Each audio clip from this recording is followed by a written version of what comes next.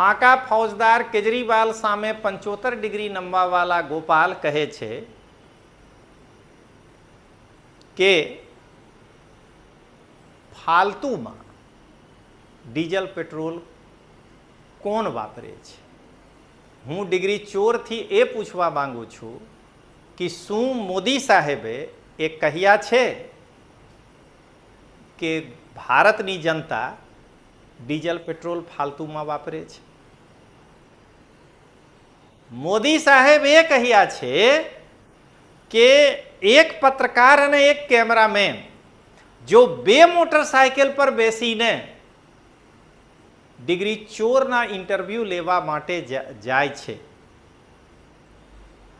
તો હવે આ ભૂતકાળની વાત થઈ ગઈ.